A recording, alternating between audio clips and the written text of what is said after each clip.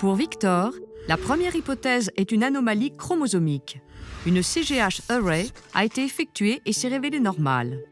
Entre-temps, le généticien a appris que l'anomalie chromosomique de son cousin était de novo. Étant donné le souhait d'une nouvelle grossesse de la mère et l'absence d'éléments cliniques spécifiques, le séquençage de l'exome peut être proposé comme étape suivante. Le généticien explique que l'absence de l'échantillon du père peut être une limite, car le séquençage de l'exome en trio ne sera pas possible et ne permettra donc pas de filtrer les résultats à la recherche d'une néomutation.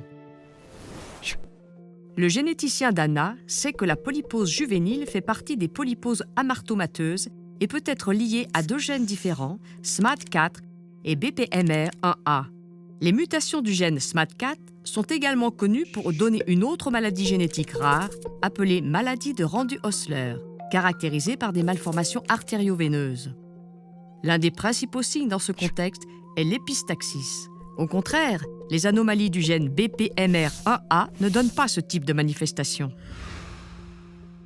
L'analyse de ces deux gènes est prescrite après signature d'un consentement éclairé par les parents d'Anna.